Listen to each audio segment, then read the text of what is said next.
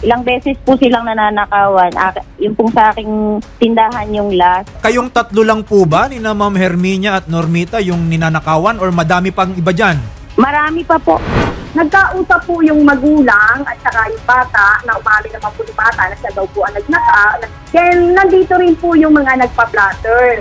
Chairwoman, we have to do something. So hihingin po namin ang tulong ng barangay.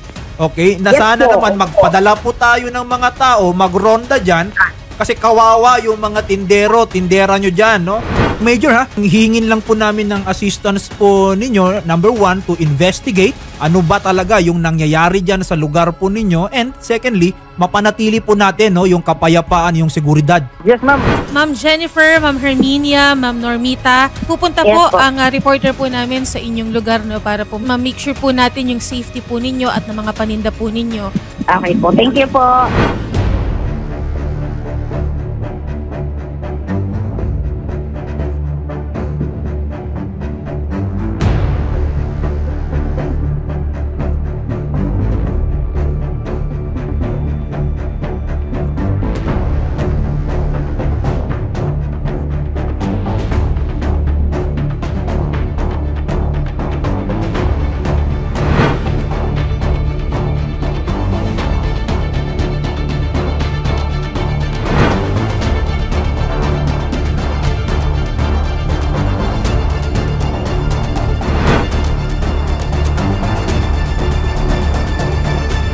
Ma'am, kamustahin ko lang po kayo. Ano na po kaya yung ginawang proseso ng ating munisipyo para po matugunan yung inilapit ninyong problema? Minsan po yung mga pulis pupunta pero hindi lagi. Ma'am, base dun sa inilapit nyo sa amin, 2 beses na po kayong nanakawan. Sa loob lang to ng 1 buwan.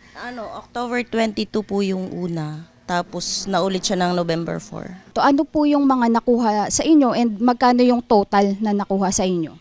Marami po yung items na yun. Yung binalidate po dito ng mga pulis is nasa 32,000 plus po. Ma'am, dahil dun sa nangyaring nakawan, ilan po dito sa mga vendors natin is ang kanilang ginawa na is sila na mismo yung nagbabantay kahit gabi. Ito nga, naabutan po natin na nakalapag dito sa inyong tindahan, itong kutsyo na tinutulugan nyo po. Opo, yan. Diyan po kami natutulog gabi-gabi. Kasi minsan po umuwi ako, kaya lang hindi na ako makatulog sa bahay kasi yung isip ko nandito pa rin. Parang masakit na dadatnan ko na naman na sira yung tindahan, tapos wala na naman. Konti na nga lang po eh. Dati po ganito kasing panahon, nagdi-display na kami ng mga laruan. Wala na. Ma'am, kailan kayo nanakawan? Kung sabay po kami nun. Pero marami pong akong beses na nananakawan. Mga magkano yung halaga na nawala po sa inyo dito sa mga paninda ninyo? Nakulang na 2,000. Yung pong mga coins na iniipon ko. Ma'am, ano po yung naging tugon ng barangay dun sa inireklamo nyo? Sila po ba ay nagpadala dito ng mga tauhan upang pumarondahan itong lugar, itong premises po ng palengke? May pumupunta din po dito pero hindi sila magdamag na nagbabantay. Yun po, sa akin naman po sana, minsan naman po na nila. Kaya lang naiintindihan ko rin po na may mga iba pa rin silang obligasyon, hindi naman kailangang itutok sa iisang Kaya lang maging aware po sa lahat ng nangyayari po na dito. At saka sana naman po kahit minor, hindi naman po pwede nating basta gano'n na lang kasi kawawa naman kami na nangungutang pa ng mga puhunan. Syempre dyan lang kami umaasa katulad po ngayon. Sobrang tumal, walang benta, tas ubos pa yung paninda namin.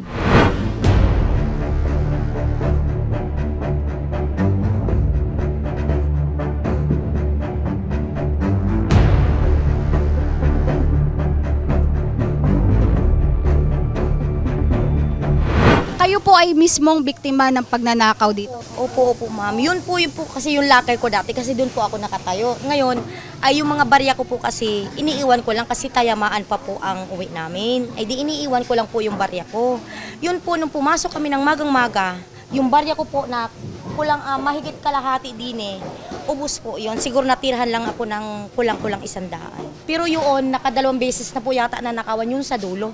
Isda naman po yung sa kanya at saka may pera din po yata. Siyempre ma'am, sa amin ma'am masakit talaga kasi konti lang po kasi ang tinutubo namin. Kumbaga kahit sa konting halaga, ma'am, pinipilit namin, ma'am, na makaahon kahit papaano para sa pamilya. Tapos wala naman ho kaming magagawa na ganun nga po yung nangyari sa amin kasi wala po kaming maituro kung sino kasi may gwardiya naman nga po. Kumbaga sila yung nakakaalam. Mga nakaraang linggo po ba, siguro mga past 2 weeks, meron po ba kayong napapansin na mas humigpit po ang seguridad dito o kaya po mga rumoronda? Ay, ganun pa rin po. Kasi yun pa rin po, yung gwardiya pa rin po ang inaasahan na mag-iikot-ikot man din eh. Ma'am, nabanggit po ng mga kasamahan nyo dito sa palengke na isa din po kayo sa nanakawan dito sa public market. Ma'am, pwede bang malaman po kung kailan po ito nangyari at halos magkano po yung nawala po sa inyo? September 17 po. Tapos 5,700 din po nawala. Pinaghirapan niya po, pambayad ko pati ho sa hipon. Ay nawala nga po. Yun ay dapat ay 12,000, tinira lang ay 6,000 lang mahigit. 5,700 po yung kinuhan nila. Pero pa ho yun doon sa mga coins, hindi ko na ho binilang yun.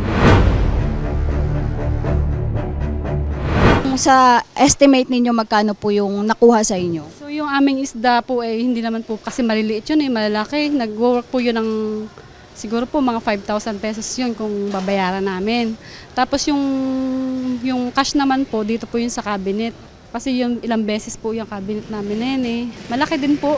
Nasa siguro kung may 30 o mahigit po. Ma'am, itong insidente ng pagnanakaw sa inyo, ito po ba na-report nyo sa barangay o di kaya naman po sa pulis? Dito po sa sa inspector namin sa palengke. Wala naman pong aksyon na na maka-report sa munisipyo or whatever. Wala po eh. Nag-iintay na rin lang po kami kung babayaran po kami o hindi. Sa aming hiling lang po, ilagay lang po lang CCTV, bawat corner. Kasi itong palengke lang po talaga ang walang CCTV dito eh. Para may gwardiya naman po kami dito sa gabi ay bakit po nakakapasok pa? Ito pong nire-request nyo sa ating munisipyo bilang sila po ang namamahala dito sa ating public market. Kailan pa po ninyo na iparating sa kanila yung request ng CCTV? Matagal na po yun eh.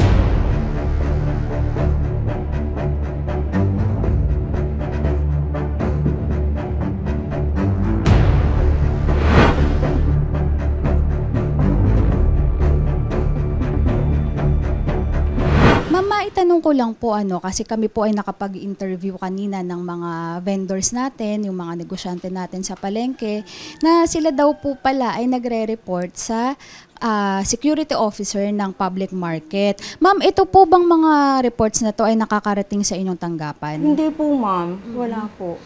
Mismo, ma'am, ang nag-report po sa akin dito na isang beses nagpa-blatter, mismo yung mga vendors po. Opo. Ma'am, pero ito bang naririnig nyo na po ba itong mga nagnanakaw daw po? Opo. Ma'am, bilang kayo po ang punong barangay nitong nakakasakop dito sa ating public market, ano na po ang naging step ninyo para po kahit papaano ay humigpit ang security ng mga nagbebenta dito sa palengke? Opo. Unang-una po sa lahat, siyempre, ako po ay may 10 tanod. Sa isang gabi, 2 magka-partner po yan. Mahigpit ko po silang pinagbabantay na ang kanilang tutukan ay ang dry goods sapagkat laging may nananakawan. So, nung po namang kanila po namang nahigpitan na, siyempre po, maliit ang aming ira, hindi ko kayang magdagdag ng tanod. Kaya sabi ng mga tanod ko ay kami po kap ay hindi pwede na magdamag. So may security naman nga doon po sa kabilang palengke, ay tama nga po yung sabi nga nila na sila doon ay nag-report na hindi po nakakarating sila. Ma'am, nung nakarating po na ilan na nanakawan na dito, kayo po ba ay nakipag-coordinate na po sa ating mga kapulisan o di kaya naman po sa opisina po mismo ni Mayor? Hindi po. Ang ginawa ko po dyan ay pagka-blatter po, nagpatawag po ako ng pulong sa peace and order kasi ang sabi ko sa aking peace and order ay higpitan ang pagbabantay dahil nananakawan na po sila. Then, kinabukasan po, nung nagpa-blatter sila, mga 2 days, 3 days, nahuli po yung bata, pinapunta sila mismo, ang nakahuli po ay ang pulis.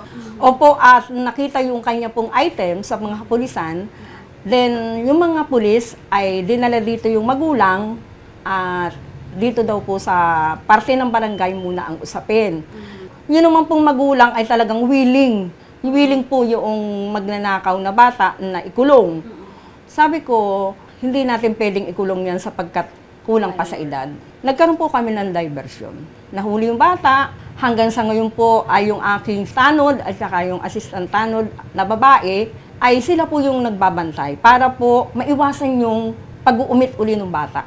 Ano na po ang ginagawa ninyo ngayon upang pong mas mapahigpit natin ang seguridad nitong ating public market? Napakaganda po yung tanong nyo yan. Unang-una po sa lahat ay talagang mahigpit ko pong minumonitor yung bata. Lagi pong nakamonitor po yan sa akin tanod. At yan po, every time na hindi nakikita sa mata, may nagre-report po dito sa akin kahit po mga barangay official. Na sabi nila, yung ating ikang bata na inaalagaan, nandun ika sa palengke, sunduin ang magulang at pakiusapan na bumalik. Ma'am, may I know lang po, dahil nakaharap nyo rin po itong bata. Yes po, Tama yes po. Opo, ano daw po ang rason nitong batang to kung bakit niya nakukumit itong ganitong klaseng krimen? Sa tingin ko po yung bata, amin pong in-interview, pinaunsil ko. Mukhang, kung makikita siguro niyo po ma'am ang kanyang personalidad, unang-una talaga kahirapan. Pangalawa, yung personalidad ng bata.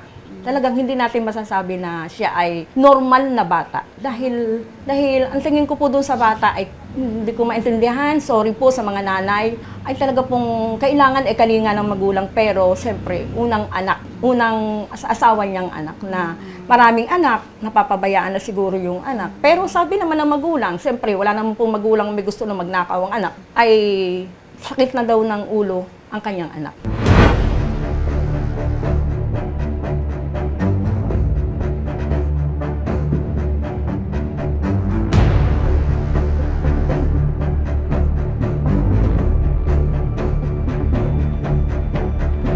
Ang gagawin po natin ngayong araw na ito sa pagpupulong po natin ay endorso na namin po sa kapulisan to proceed na maayos na po yung suliranin ng bata ni Boy. At kasi ang gusto ng magulang talaga ay magkaroon na ng settlement regarding po sa kanyang anak at matapos na po ng maaga at hindi na mag-agam-agam ang mga vendors ukol po sa di umano po ay magnanakaw na si Boy. Tama po ba, Chairman, na itong mother mismo ang nakiusap dito kay Ma'am Jennifer na ipagpatuloy yung kaso? Yes po. Nagkasundo po sila dito 3 beses na nagkaroon po sila ng pagpupulong na ang sabi po lagi ng magulang nakikiusap kay Jennifer na babayaran ng utay-utay. Pero mismo yung magulang ay nagsasabi na pwede na si Boy daw ay dali na sa kalinga at sapagkat kahit siya ay hindi na niya kaya. Ma'am, bakit kayo nag-come up sa decision na itong si Boy ay talagang i-surrender na po sa pulis at para po ma-turn over naman sa bahay kalinga? Hindi naman kasi kaya sa dami nung ginagawa niyang hindi maganda ay baka mas lalong lumala pa. Kaya mas maganda ho nandun siya sa bahay kalinga, baka sakali magbago, gumanda ang maging maayos pa ang kanyang buhay kaysa nandito, barkada at kung sino-sinong mga grupo ang nagiging kasama, palala pa. Ma'am, hindi ba ito yung unang pagkakataon na si Boy ay nag-commit ng ganitong krimen? Hindi ma'am, napakaraming ulit na, napakaraming kahihiyan na ang ibinigay. Dangan lang at talagang hindi kayang supilin kaya matagal na akong humingi sa kanila ng tulong. Buti nga at kahit papaano, natulong na nga rin si Ma'am Jenny para maano nga yung bata. Para rin naman sa kanya yun. Hindi naman para sa amin, para rin sa kanya yun. Ma'am, nasabi nyo din po kanina na pati mismo kayo ay kinukuhanan ng pera nito ni Boy. Saan po ba niya ginagamit tong mga perang ito? Yes, ma'am. Hindi ko ma'am alam pero sabi ma'am nang nakakakita sa kanya, mahilig siyang bumili ng mga pagkain, nagkakaroon na nga daw ng bisyo, naninigarilyo, tumatambay sa bilyaran, baka doon niya inuubos. Baka sakali, doon siya gumanda ang kanyang buhay. Magpakaayos lang siya habang nabubuhay ako. Kahit malayo siya, pupuntahan ko siya. Dadalawin ko siya.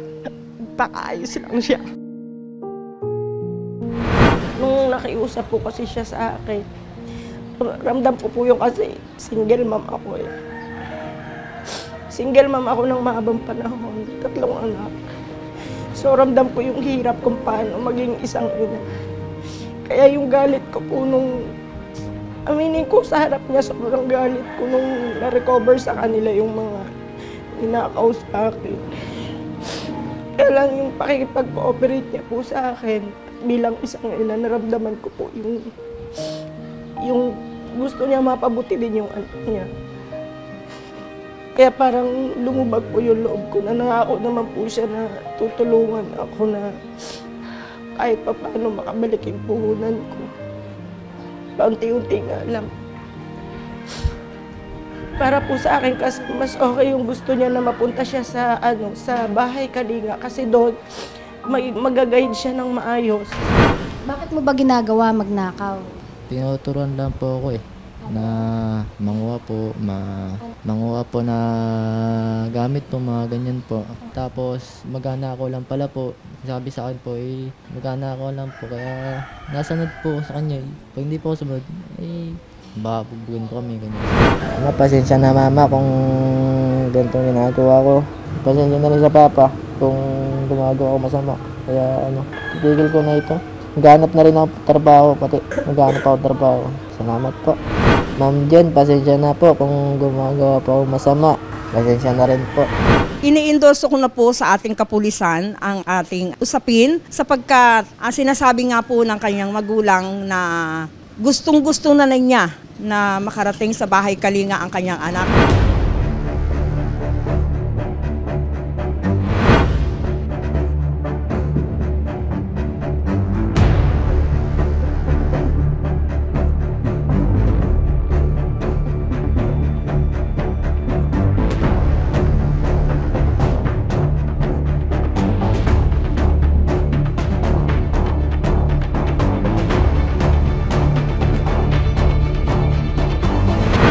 Ma'am, dito po bilang hepe, mas pinaigting po natin yung police visibility natin, pati yung pagpapatrolya sa gabi, madaling araw, pati po sa mga oras ng madaling araw. Pinapatupad din po natin dito yung curfew kasi po sa base sa pag-iimbestiga namin is puro minor talaga yung laging nasasangkot sa mga ganyang issue.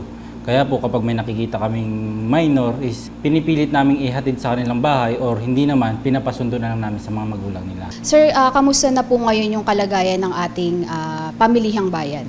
Ma'am, sa ngayon po may mga pailan-ilan, di umano na mga ganyan pong nangyayari. But ito po ay mga minor lang, mga barya-barya. But still, hindi rin po nai-report sa amin dito sa aming station. Kaya lang po, hinihingi po namin hinihikayat namin sila na ipagbigay alam rin sa amin. Nang sa ganun, mabigyan kaagad natin ng agarang aksyon. Ma'am, sa ngayon ma'am, nakipag-coordinate na rin po tayo sa MSWD. Nagkaroon na rin po tayo ng mga hakbangin, katuwang sila. Nang sa ganun, yung mga minor is mabigyan kaagad natin ng program na hindi na muli sila masangkot sa mga ganyang pangyayari. Although mga petty crimes lang yan, mga maliliit na nakawan lang naman siya, but still pag pinagsama-sama kasi natin yan is nakaka-alarma naman talaga.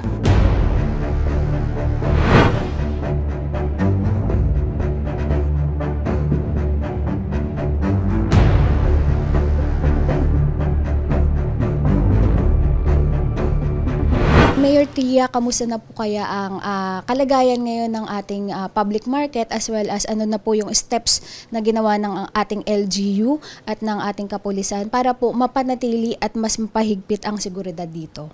Actually po ay dumalo po ako ng isang araw doon, dito Saturday, at inikot ko ang palengke at inorderan yung mga trabahador doon. And ultimo po mga ilaw doon sa isang palengke ay inayos na rin natin dahil doon nakawan noon ng mga isda. Kinausap ko na po agad ang namumuno sa palengke na higpitan yung seguridad. Binago po yung schedule at siyempre nangyayari naman po ang nakawan is gabi, so doon na natin pinahaba ang pagsisecurity ng mga tao. 7 to 11 and then 11 to 7. Hanggang umaga. At tinawagan ko na rin po si Epe na mas maraming ronda at ikot doon sa palengke dahil nandun po yung problema. And Na-orderan ko na rin po ang ating GSO para mag-procure ng CCTV.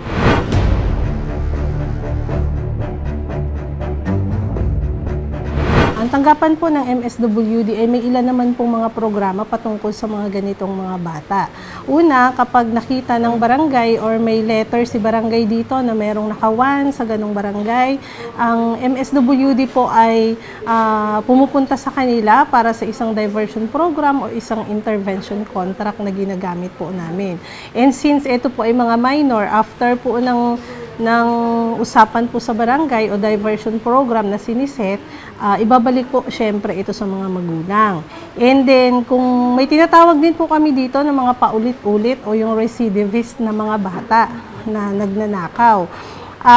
Kapag po ganyan, may mga initial po kami na usapan with PNP na pwede namin siyang i-transfer o dalhin sa Pag-asa Youth Center na pinagdadalhan po ng mga menor de edad na nagkakasala talaga sa batas. Since hindi na nga, katulad ng mga ganitong pagkakataon na hindi na kayanin ng mga magulang nila na alagaan yung kanilang mga anak, ito na po yung last resource na pwede nang gawin. Yung dalhin sila sa isang bahay Pag-asa Youth Center or kasuhan sila para mas mabilis yung pag-i-issue ng court order na madala doon sila sa mga bahay Pag-asa. Usually po si diversion program tumatagal po ng 6 months to 1 year po si program. Ngayon dahil nga po sila ay nagpapaulit-ulit o yung tinatawag na nagiging recidivist na nga po sila, may mga ganyan din po under ng monitoring din namin. And yun yung time na pwede na rin namin dalhin siya sa bahay Pag-asa.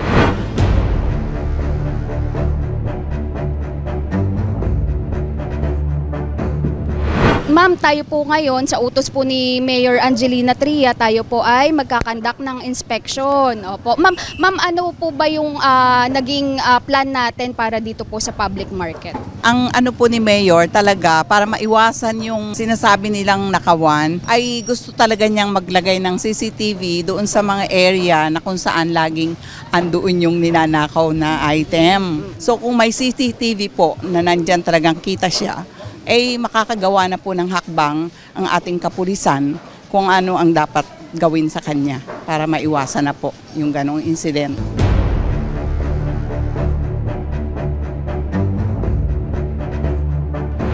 So ang lalagyan po kasi natin is yung dito po sa pwesto na to para po nakatutok mismo dun sa may piece section po. Kasi doon po malimit nagkakaroon ng nakawan. Kasi dito po kasi sa karnihan, karamihan po ng kanilang mga paninda is nasa freezer, nakalak. Hindi po kagaya dun sa isdaan, styro lang yung lalagyan. Mayroon daw po ditong parte dito sa ating palengke na pinaayos or pina-repair para po mas secured yung mga paninda po na at property po ng ating mga vendors. Pwede nyo po bang maituro kung saan? Bali, ito po, mayroon po tayo ditong grills na may pinto po talaga yan, pero nilagyan na po natin ng padlock. Ito po yung area na yun, nilagyan na po natin ng padlock yan para hindi na po siya mapasok. Tsaka po yung sa may likuran po doon sa baba, pinalagyan po natin lahat ng padlock na bago. Para po maging secure lalo, yan, hindi na po siya nakakaakyat ngayon.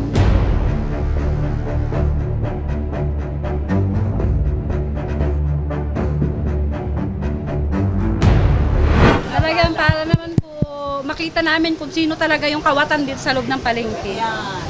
Kasi talagang nauubusan na kami ng pasensya. Tapos nag-aantay kami sa wala na kung babayaran kami, hindi naman po kami nababayaran. Pero kung may CCTV po, talagang makikita po talaga kung sino po talaga yung totoong nagnanakaw dito sa loob ng palengke.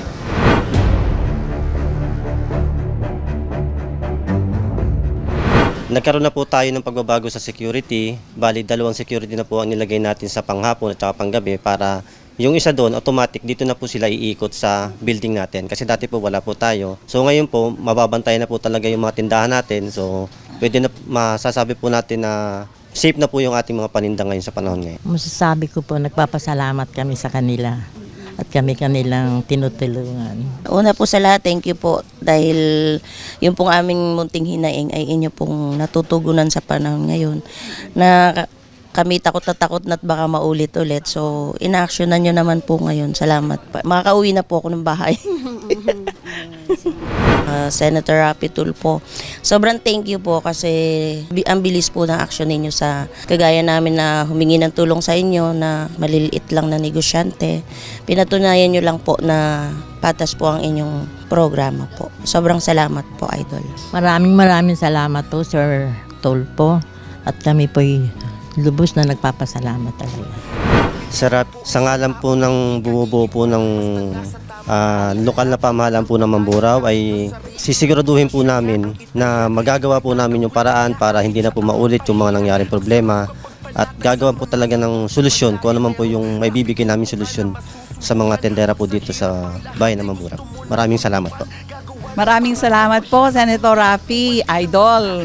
Ako po ay lubos na nagpapasalamat sa aksyon agad ninyo at huwag po kayong mag-alala. May paraan po para makatulong po kami sa inyo in return. Thank you very much po, Idol Raffy Tulfo, Senator.